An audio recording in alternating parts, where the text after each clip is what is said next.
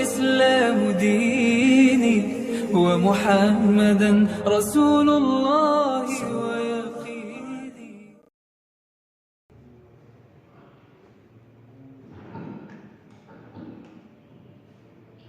بسم الله الرحمن الرحيم. السلام عليكم ورحمة الله وبركاته. الحمد لله رب العالمين وبه نستعين على أمور الدنيا والدين والصلاة والسلام على نبينا محمد وعلى آله وصحبه أجمعين. أما بعد، اللهم إنا نسألك رضاك والجنة ونعوذ بك من سخطك والنار. اللهم علمنا ما ينفعنا وانفع بما علمتنا وزدنا علما. سبحانك لا علم لنا إلا ما علمتنا إنك أنت العليم الحكيم. يا أيها الذين آمنوا اتقوا الله حق تقاته ولا تموتن إلا وأنتم مسلمون. Hadirin jamaah salat subuh yang dirahmati Allah Subhanahu wa taala. Kita lanjutkan kembali pembahasan kita tentang surah Al-Bayyinah. Kita sudah sampai di ayat yang ke-7, dua ayat yang terakhir dari surah Al-Bayyinah ini. Di ayat sebelumnya Allah Subhanahu wa taala menyebutkan innal ladzina kafaru min ahli kitabi wal musyrikina fi nari jahannam khalidina fiha ulaika hum syarrul bariyah. Sesungguhnya orang-orang kafir baik dari golongan ahli kitab maupun dari golongan orang-orang musyrik, dan mereka akan dimasukkan, mereka berada di dalam neraka jahanam dan mereka kekal di dalamnya. Mereka itulah seburuk-buruknya makhluk, seburuk-buruknya ciptaan. Di ayat sebelumnya kita sudah menunjukkan bahwa orang kafir berada dalam dua kondisi yang buruk. Yang pertama, mereka berada dalam neraka jahanam, kekal di dalamnya. Yang kedua, mereka disebut sebagai seburuk-buruknya makhluk. Inna syarrad dawabi 'indallah. Sesungguhnya seburuk-buruknya sesuatu yang bergerak di muka bumi adalah asum wal bukm, dari orang-orang yang dia bisu, dia tuli dari mengikuti ayat-ayat Allah. Dan kita sudah memberikan alasan mengapa mereka orang kafir bahkan lebih buruk daripada binatang. Yang pertama, binatang yang tidak memiliki akal, mereka mengakui keesaan Allah Subhanahu wa taala. Mereka mengakui bahwa Allah adalah pencipta mereka. Di satu kisah yang sudah kita sebutkan, yaitu kisah burung gundul yang melihat aktivitas yang dilakukan oleh kaum Sabah. Ratunya kabarkan memiliki istana yang luar biasa, sehingga istananya yang besar, yang mengatakan inni wajadtu imra'atan tamlikuhu wa utiyat min kulli syai' wa laha 'arsyun 'azim. Burung gundul ini mengatakan, aku melihat seorang wanita yang memimpin, wa utiyat min kulli syai', dan dia diberikan segala-galanya. Bahasanya wa utiyat min kulli syai', dia diberikan segala-galanya, wa laha 'arsyun 'azim, dan wanita atau ratu ini memiliki singgasana yang besar. Kemudian wajadtuha wa qaumaha yasjuduna lisyams min dunillah. Tetapi aku melihat dia dan kaumnya menyembah matahari bukan menyembah Allah. Jadi yang dipermasalahkan oleh burung gundul. Artinya burung atau binatang, mereka mengakui bahwa Allah adalah penciptanya. Sedangkan manusia yang Allah berikan akal, justru kebanyakan dari manusia ingkar, tidak percaya atau mengingkari bahwa Allah sebagai Rabb-nya, Allah sebagai penciptanya, Allah sebagai pengatur semua urusannya.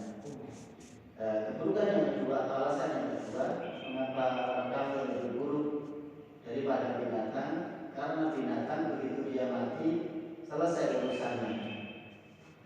harus ada urusan yang harus ditunaikan, itu urusan antara sama binatang. Kalau seandainya ketika di dunia ada binatang yang dulu saling menanduk, misalnya saling berantem, saling cakar-cakaran, saling memangsa, maka urusannya akan diselesaikan di hadapan Allah. Disuruh membalas, kemudian setelah selesai membalas, Allah akan berkata kepada mereka, kuni turaba, jadilah kalian penciptaan kalian seperti penciptaan kalian sebelumnya, yaitu dari tanah.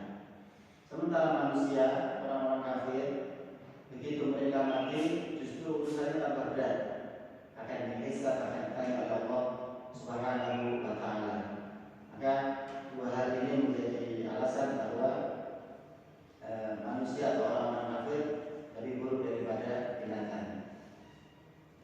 Kemudian kita menyebutkan bahwa ayat tentang ancaman, tentang hukuman disebutkan lebih dahulu dibandingkan ayat tentang janji Allah, ayat tentang balasan kebaikan yang akan Allah berikan. Padahal di surat yang lain biasanya Allah mendahulukan ayat tentang balasan kebaikan, tentang surga didahulukan, tentang pahala kebaikan didahulukan. Sementara di surah Al-Baqarah berbeda, ayat tentang ancaman didahulukan karena memang konteks suratnya berbicara tentang ahli kitab. Kebanyakan ahli kitab adalah orang-orang kafir.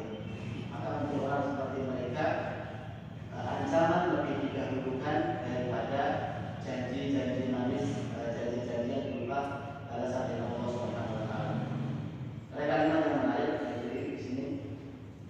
Ancaman itu seperti obat, sementara janji Allah, hadiah, reward itu seperti nutrisi.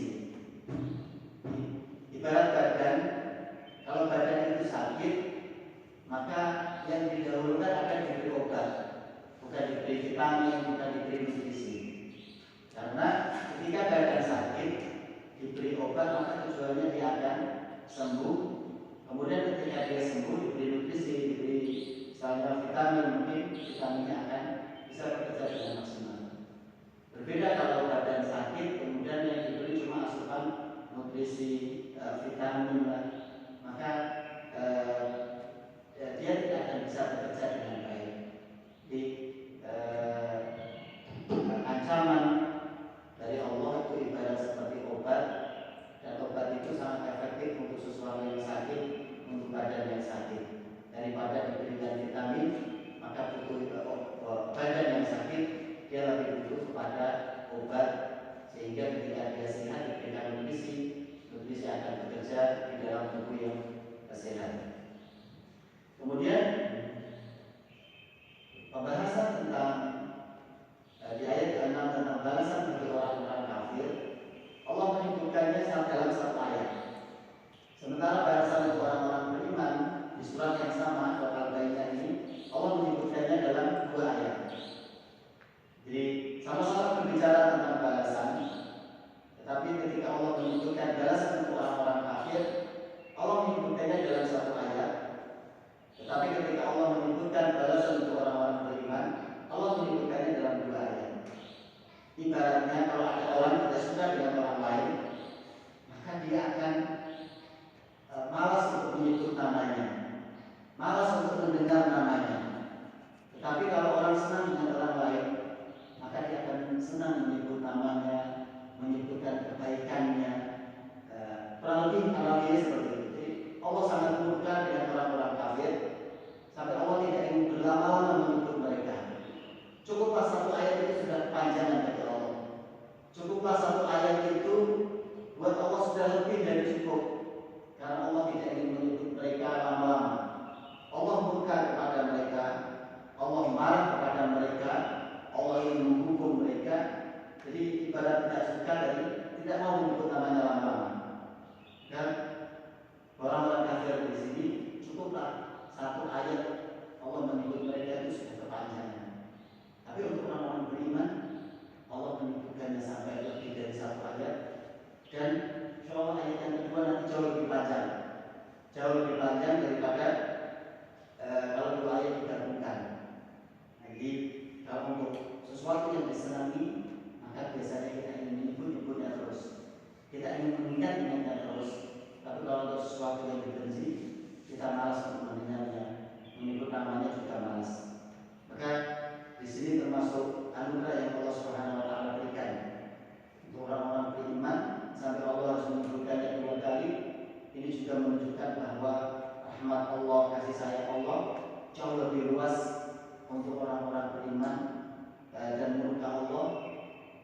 lebih luas, tidak lebih besar daripada kasih sayangnya. Innal ladzina amanu wa 'amilus shalihati ulaika hum khairul bariyah.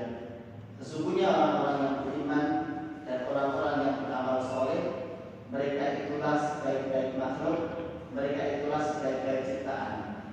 Kalau di ayat sebelumnya Allah menyebutkan orang kafir itu 10 makhluk, maka di sini Allah memberikan kalimat yang sebaliknya, atau dalam istilah bahasa Arabnya muqabah, yaitu kebalikannya. Sesungguhnya orang-orang beriman dan orang-orang yang beramal soleh, mereka lah sebaik-baik makhluk.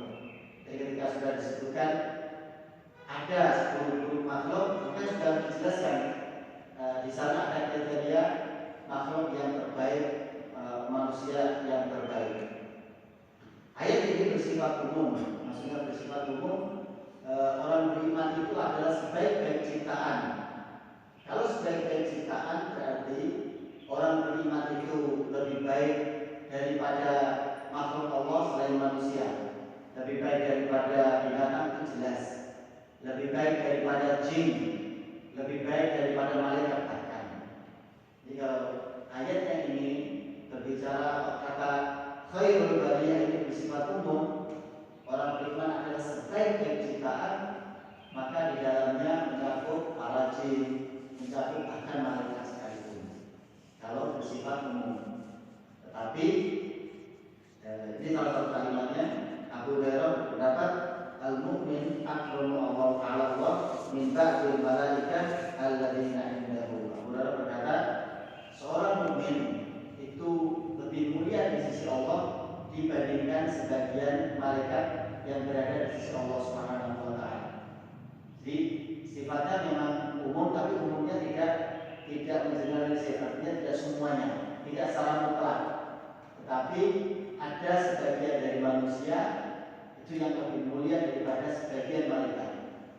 Atau ada sebagian dari manusia yang memang dia kemuliaannya di atas seluruh malaikat, yaitu Rasulullah Muhammad SAW, yang atau secara umum para nabi mereka lebih mulia daripada para malaikat sekalipun. Tetapi nanti ada Rasulullah Muhammad SAW merupakan manusia yang paling mulia bahkan dari seluruh malaikat sekalipun. Salah satu buktinya yaitu ketika Rasulullah dimi'rajkan naik ke atas langit, Rasulullah bisa mencapai tempat yang di situ malaikat Jibril tidak boleh masuk. Malaikat Jibril tidak boleh mendatangi tempat itu.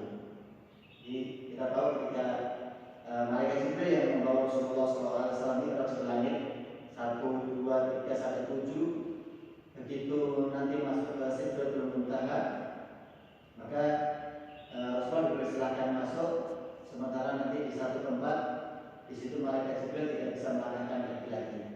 Ketika ditanya kenapa kau tidak termasuk oleh malaikat Jibril, kalau aku termasuk maka aku akan hancur sebagaimana tiga yang rusuh. Maka ini membuktikan bahwa malaikat atau Rasulullah SAW lebih mulia dari malaikat secara umum. Dan kita sudah tahu kisah Nabiullah Adam alaihissalam, bagaimana beliau seorang manusia, kemudian Allah perintahkan seluruh malaikat untuk sujud kepada beliau Nabi Adam alaihissalam. Jadi mereka orang-orang beriman lebih mulia atau merupakan makhluk yang terbaik atau sebaik-baiknya makhluk. Kemudian Allah memberikan balasan di ayat yang terakhir. Setelah Allah sebut mereka sebagai makhluk yang terbaik, kemudian Allah jelaskan, berikan penjelasan tentang balasan yang akan diterima oleh makhluk terbaik ini, oleh orang-orang beriman ini. Atau sebelumnya, kata amanu wa amilus sholihat, kata amanu wa amilu, Allah menyebutkannya dalam bentuk fi'il. Amanu fi'il madhi, wa amilu juga fi'il madhi. Allah menggambarkan tentang orang-orang beriman, orang-orang beramal soleh dalam bentuk fi'il. Dan kita tahu fi'il itu sifatnya tidak tetap, dia bisa berubah-ubah. Nah, dia zamannya, waktunya bisa berubah. Artinya Allah Ta'ala alam, perubahan keimanan mereka, perubahan amal soleh yang mereka lakukan, satu waktu amalnya maksimal, di waktu yang lain mungkin amalnya akan turun. Nah, perubahan ini tidak menjadikan mereka berkurang penyebutan mereka sebagai makhluk terbaik. Di kurang lebih ini orang beriman di sini disebutkan dalam bentuk fikir yang artinya berubah-ubah. Perubahan ini, perubahan dalam iman mereka yang naik turun, amal soleh yang mereka lakukan, kadang maksimal, kadang turun, itu tidak mengurangi penyebutan bagi mereka sebagai makhluk terbaik. Mereka tetap sebagai makhluk terbaik, walaupun imannya kadang naik, kadang turun. Mereka tetap disebut sebagai makhluk terbaik, walaupun kadang amalnya banyak, amalnya baik, atau di sisi lain kadang amalnya turun. Mereka tetap disebut sebagai makhluk terbaik.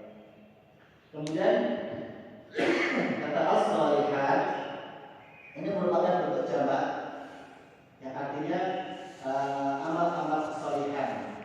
Disebutkan dalam bentuk jamak tidak berarti bahwa yang disebut sebagai makhluk terbaik itu kalau bisa melakukan semua jenis amal soleh. Jadi di sini disebutkan amal soleh itu dalam bentuk jamak tidak berarti bahwa untuk mendapatkan predikat khairul bariyah, sebaik-baik makhluk itu harus melaksanakan semua amal baik, tidak harus. Tetapi penyebutan kata jamak ini memang sekedar diatofkan penggabungan dengan kalimat sebelumnya. Ya, ayat yang terakhir, jazaa'uhum 'inda rabbihim jannatu 'adnin tajri min tahtiha al-anharu khalidina fiha abada radhiyallahu 'anhum wa radu 'an dzalika liman khasyiya rabbah. Balasan bagi mereka di sisi Rabbnya berupa surga Aden, tajri yang mengalir dari bawahnya sungai-sungai, khalidina fiha abada, mereka akan kekal berada di dalamnya selama-lamanya. Radhiyallahu anhum, Allah ridho kepada mereka, wa radu an, dan mereka pun ridho kepada Allah sebagai Rabbnya. Dzalika liman khasyiya rabbah, itulah balasan yang diberikan bagi orang yang takut kepada Rabbnya. Jazaa'uhum 'inda rabbihim, kita tahu bahwa balasan itu diberikan setelah kita beramal. Setelah Allah menyebutkan amal mereka, keimanan mereka, maka Allah menyebutkan jazaa'uhum, balasan untuk mereka. Artinya balasan itu akan diberikan, upah itu akan diberikan kalau seseorang sudah beramal, kalau seseorang sudah bekerja. Dan balasan terbaik itu adalah di sisi Allah Subhanahu wa Ta'ala. Bagi orang-orang beriman, balasan yang diberikan adalah surga Aden. Jadi di sini disebutkan, sebelumnya disebutkan nama neraka yaitu neraka Jahannam. Disebut Jahannam itu karena orang yang memasukinya nanti akan bermuka masam, mukanya kecut, bermuka masam, kemudian mengermitkan dahinya. Tidak ada sekalipun bentuk bahagia tidak pernah ada. Jadi Jahannam itu disebut Jahannam karena yang memasukinya nanti tidak akan pernah terlihat rasa bahagia sama sekali. Tidak akan pernah selama-lamanya. Sementara Jannat Aden, salah satu nama surga yang kita ketahui, Aden itu artinya adalah menetap. Aden itu artinya menetap, artinya bahwa orang-orang beriman akan menetap, akan tinggal di dalam surga. Dan posisi surga Aden itu di tengah surga-surga yang lain. Kalau surga yang paling tinggi adalah surga Firdaus, dan ketika kita berdoa, kita diajari oleh Rasul untuk minta surga yang tertinggi. Walaupun kita tentu untuk mencapainya sulit, tetapi kita diajari optimis oleh Rasulullah SAW bahwa dalam berdoa tidak boleh minder, dalam berdoa tidak boleh mengecilkan kekuasaan Allah Subhanahu wa Ta'ala. Walaupun kita tahu diri untuk mencapai surga Firdaus sulit, tapi kita diajari kalau minta surga yang tertinggi. Surga Aden artinya menetap tadi, kemudian dia letaknya di paling tengah. Kata jannah yang artinya surga ini ternyata memiliki akar kata yang sama dengan kata-kata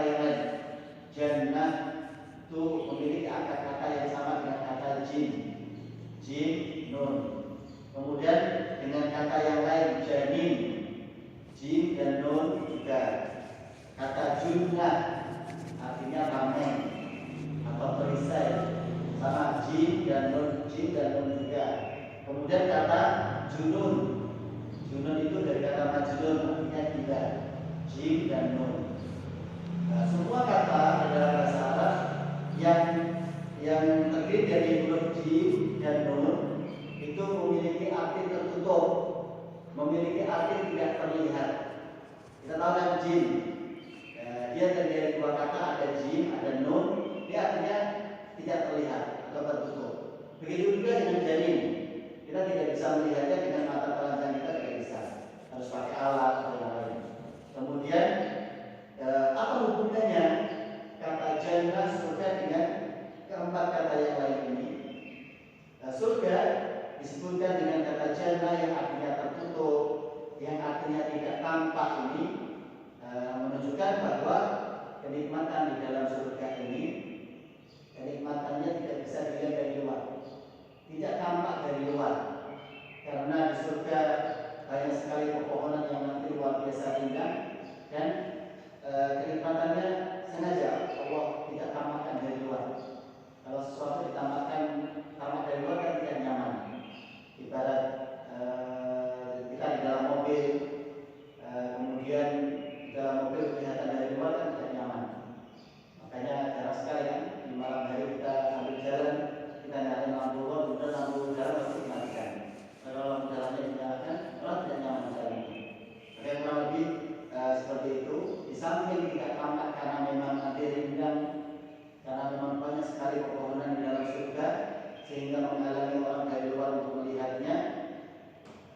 Maka kenikmatan di surga ini juga memang dikhususkan untuk orang yang masuk di dalamnya.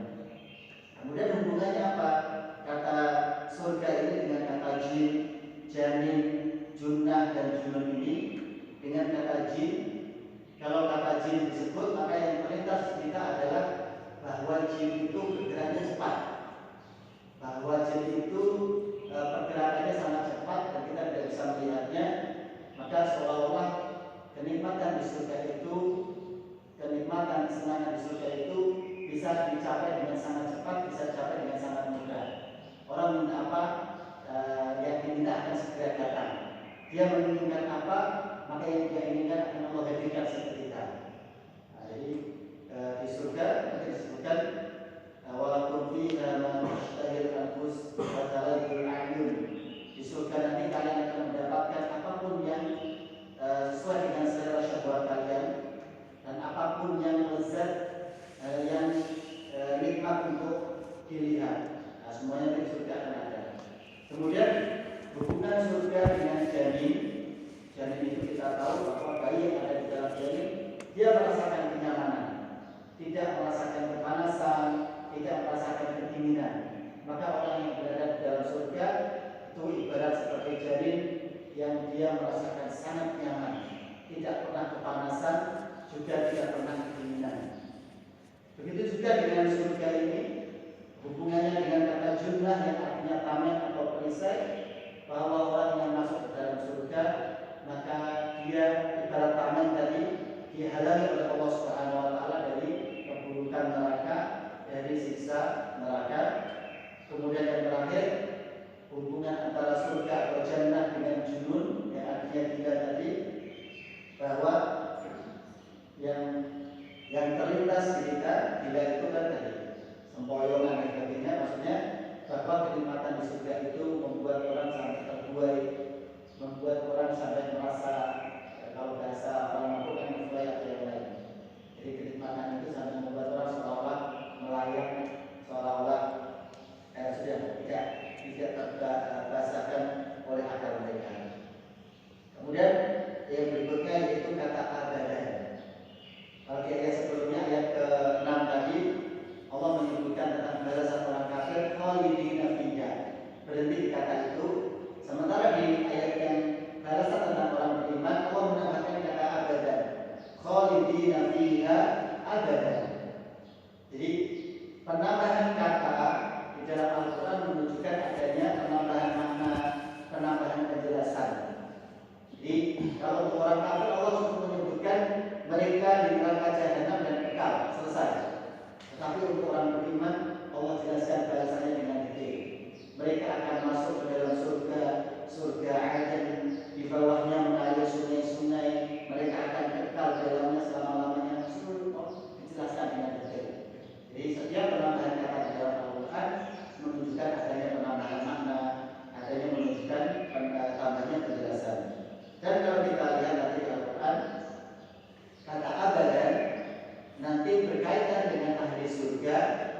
juga berkaitan dengan ahli neraka. Di ayat yang lain nanti ketika Allah membahas tentang ahli neraka juga ada kata abadannya. Tetapi penyebutannya berbeda. Kata abadan yang dikaitkan dengan ahli surga disebutkan sebanyak 8 kali. Sementara kata abadan yang dikaitkan dengan ahli neraka disebutkan cuma 3 kali dalam Al-Quran. Itu menunjukkan bahwa kasih sayang Allah kepada orang-orang beriman itu jauh lebih besar dibandingkan murka Allah Subhanahu wa taala. Dan yang terakhir, radhiyallahu anhu wa radu'an, Allah menjadikan surga itu indah dan Allah tambahkan keindahan surga itu dengan kata ridho, yaitu Allah ridho kepada mereka, Allah senang kepada mereka para ahli surga, maka kenikmatan di surga semakin lengkap, yaitu ketika ahli surga mendapatkan ridho dari Allah Subhanahu wa taala. Dan mereka pun yang berhak masuk di surga adalah mereka yang ridho menjadikan Allah sebagai Rabb-nya, mentaati perintah Allah, menjadikan Allah sebagai satu-satunya sesembahan, tidak ada sesembahan yang lain. Dan kalimat khasyah Rabbah, bahwa hubungannya antara ridho dengan khasyah. Kalau seseorang itu memiliki sifat khasyah, khasyah itu artinya takut. Walaupun nanti ada 2 kata, ada khasyah, ada khauf, artinya sama-sama takut. Kalau khasyah itu takut karena objeknya adalah sesuatu yang besar, sesuatu yang agung, jadi dia merasakan seolah-olah kecil. Itu khasyah. Jadi kalau khasyah itu takut karena objeknya adalah sesuatu yang agung, sesuatu yang besar. Kalau khauf, rasa takut itu dari orangnya, dari pelakunya, merasa kecil, merasa lemah. Jadi sama-sama rasa takut.